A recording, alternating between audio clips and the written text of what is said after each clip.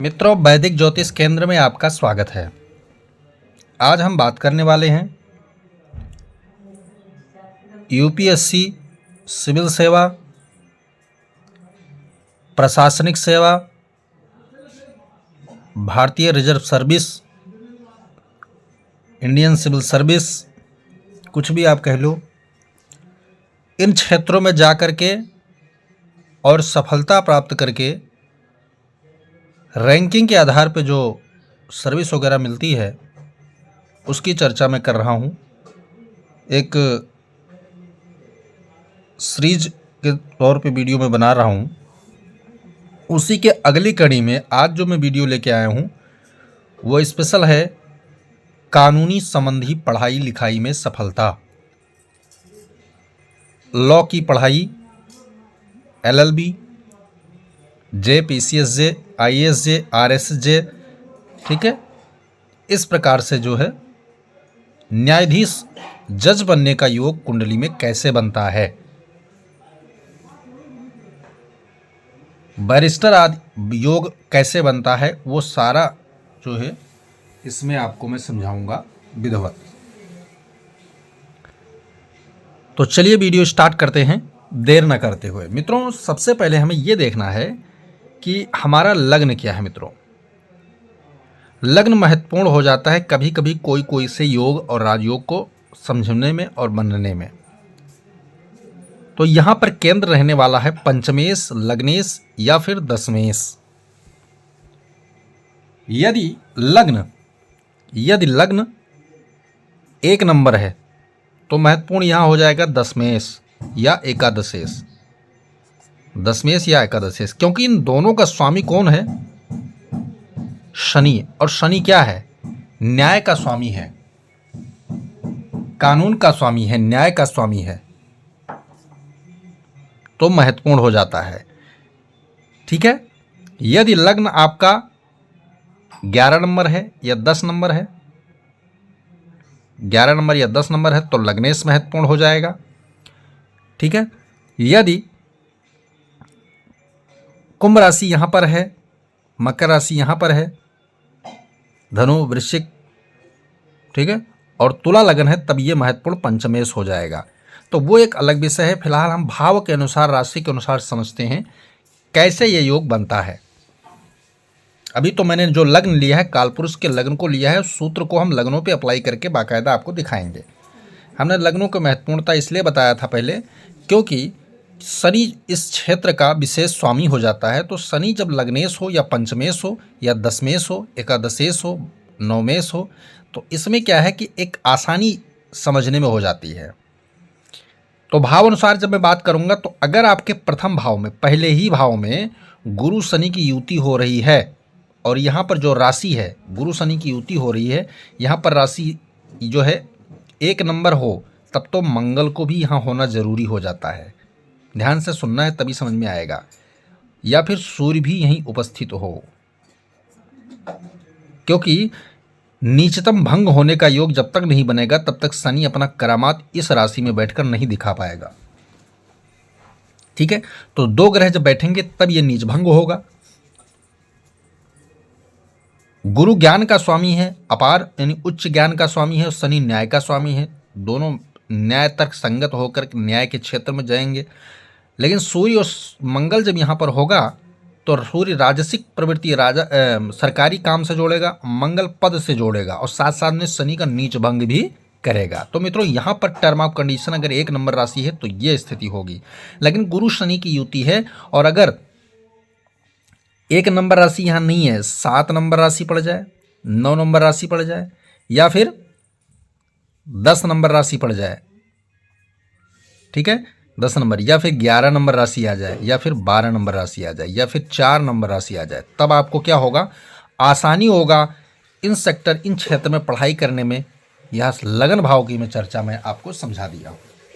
अब हम चलते हैं तीसरे घर में। तीसरे घर में इकलौता शनि अगर बैठा है आपका, और इसके बैठने की राशि 3 नंबर है, 10 नंबर है, या 11 नंबर है, या 7 नंबर है, तब आपको इन क्षेत्रों में पढ़ाई इन क्षेत्रों में सफलता मिल जाएगी। लेकिन जब मैं चूंकि न्यायाधीश की पर्टिकुलर न्यायाधीश की बात करूंगा तब केवल 3 नंबर और 6 नंबर हमें यहाँ पर उपस्थिति चाहिए।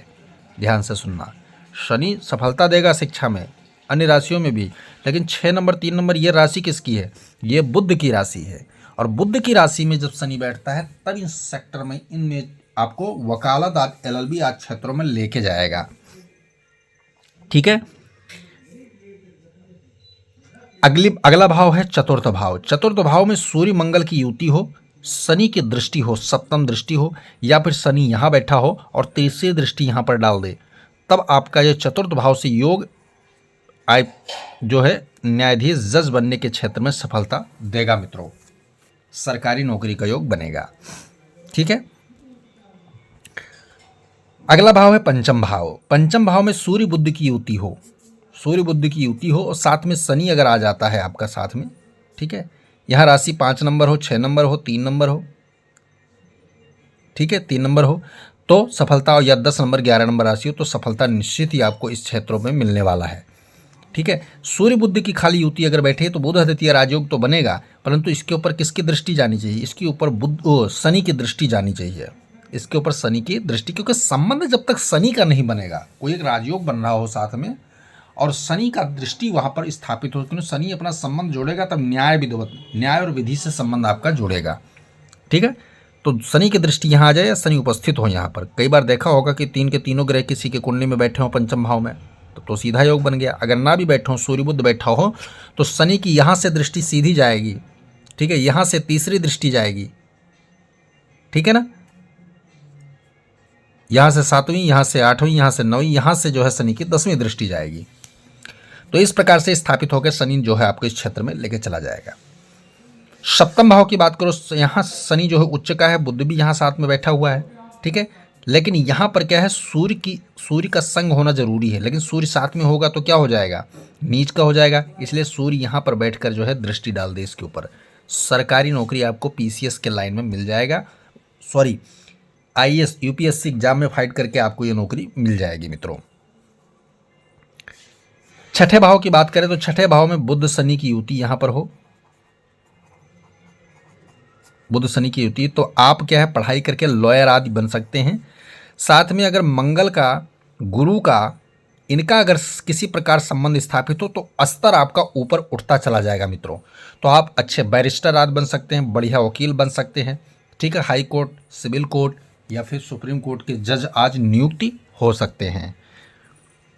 छठे भाव की बात मैं कर चुका हूँ। मैं सप्तम भाव की बात कर चुका हूँ। बात कर रहे हैं हम नवम भाव की। नवम भाव में गुरु बैठा हो, शनि यहीं बैठा हो तो उच्च शिक्षा प्राप्त कर करके और आप जो है लॉयर आदि बन सकते हैं। जब तक सूर्य का समर्थन नहीं होगा मित्रों, एक चीज़ ध्यान रखिए, सूर्य का समर्थन जब तक नहीं होगा तब तक आपको सरकारी नौकरी नहीं मिलेगी। और जज बनने के लिए सरकार के तरफ नियुक्ति होनी जरूरी है। अब सूर्य का संबंध जितना महत्वपूर्ण, न्याय विधि को जानने के लिए शनि की आवश्यकता है, उच्चतम शिक्षा प्राप्त करने के लिए गुरु की आवश्यकता है। ठीक है। बुद्ध के इसी कानून व्यवस्था में यानी लायर बनने के लिए बुद्ध की आवश्यकता पड़ती है। उसी प्रकार सरकार के तरफ से जोड़ने के लिए सूर्य की आवश्यकता पड़ती है। तो इसमें पर्टिकुलर कई ग्रह अपने भूमिका निभाते हैं। ठीक है। अब सूर्य और मंगल में से किसी एक का भी समर्थन अगर तुम्हें प्राप्त हो जाएगा तो सरकार की तरफ से पदस्थाप हो जाएंगे, ये चीज़ ध्यान रखना। बात कर लेते हैं दसम भाव की। दसम भाव में अगर शनि बुध की डायरेक्ट युति बन रही है तो आप इस सेक्टर में जाने के लिए तैयार हैं, कोई दिक्कत वाली बात नहीं है। बशर्ते क्या है, यहाँ पर लॉजिक इतना ही है कि सूर्य भी इन्हीं केंद्र या त्रिकोण के किसी भाव में बैठा हो। सूर्य जो है 6, 8, 12 में ना हो और 3, 6, 11 में ना हो तो आपको इस क्षेत्र में सफलता मिलना तय है। 11वें घर की बात करें, शनि मंगल की युति आपके हो। ठीक है। शनि मंगल की युति हो, सूर्य भी अगर यहीं उपस्थित है तो और अच्छी बात है, ना हो तो कोई बात नहीं, बुध की उपस्थिति हो तो भी अच्छी है, ना हो तो कोई बात नहीं। इसके ऊपर दृष्टि जानी चाहिए, किसकी जानी चाहिए, इसके ऊपर गुरु की दृष्टि चली जाए या सूर्य की दृष्टि चली जाए तो आप इन क्षेत्रों में सफलता प्राप्त कर सकते हैं मित्रों, कोई दिक्कत वाली बात नहीं है। मैं वीडियो इसलिए बता रहा हूँ क्योंकि किसी न किसी कुंडली में ऐसे ग्रह योग जिनके मिल जाएं और समय है उनके पास, तो इन क्षेत्रों में तैयारी कर करके और आप जो है न्यायाधीश और जज के पद तक पहुँच सकते हैं मित्रों। कहीं ऐसा तो नहीं कि आप रांग वे जा रहे हों, गलत रास्ता चयन कर चुके हों कैरियर को लेकर के, तो आप इन ग्रहों योग की युति को मिला करके और जो है सही दिशा में पढ़ाई करके और इस क्षेत्र को प्राप्त कर सकते हैं। अब मेरे पास सारे भावों को मैंने गणना कर दिया। अब मैं बात करता हूँ 3 भावों की विशेषकर। भाव नंबर 2, भाव नंबर 12, भाव नंबर 8, ये तीनों भाव पर डायरेक्टली कोई एक्शन नहीं होने वाला है इन क्षेत्रों में जाने के लिए, लेकिन भाव महत्वपूर्ण है 3 के तीनों। भाव महत्वपूर्ण है 3 के तीनों। कैसे? ये दुर्घटना आदि का भाव है, ये कानून न्याय विधि में देखा जाए तो लफड़ेबाज का भाव होता है, और ये क्या होता है? उपद्रव का भाव होता है, रोग का या उपद्रव का या अचानक होने वाले शरीर में बीमारी आदि का होता है।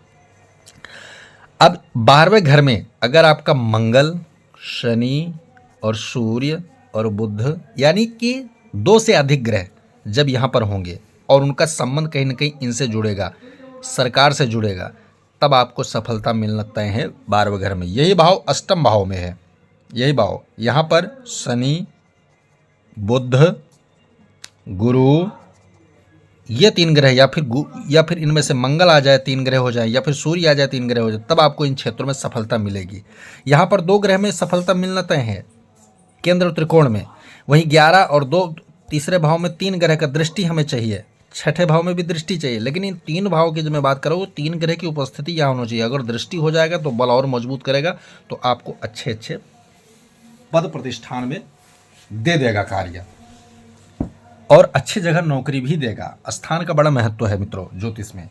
नौकरी भी मिल जाए आपको, गलत जगह नौकरी मिल जाए, गलत जगह तर्कसंगत न हो, आपका जी न लगे, आपका वहाँ पर अच्छा कोई न हो, तो अच्छे ग्रह जो योग बनाते हैं, नौकरी देते हैं, तो अच्छा क्षेत्र विशेष को चुनकर तुम्हें नौकरी पर बिठाते हैं। तो वीडियो पर समझ में आए, पसंद आए तो लाइक करें, शेयर करें, सब्सक्राइब करें, साथ में बेल आइकन का बटन जरूर दबाएं ताकि हमारा नया लेटेस्ट वीडियो आप तक जरूर पहुंचे नोटिफिकेशन के माध्यम से। वीडियो बिना स्किप करके देखेंगे तभी समझ में आएगा। जय सिया राम।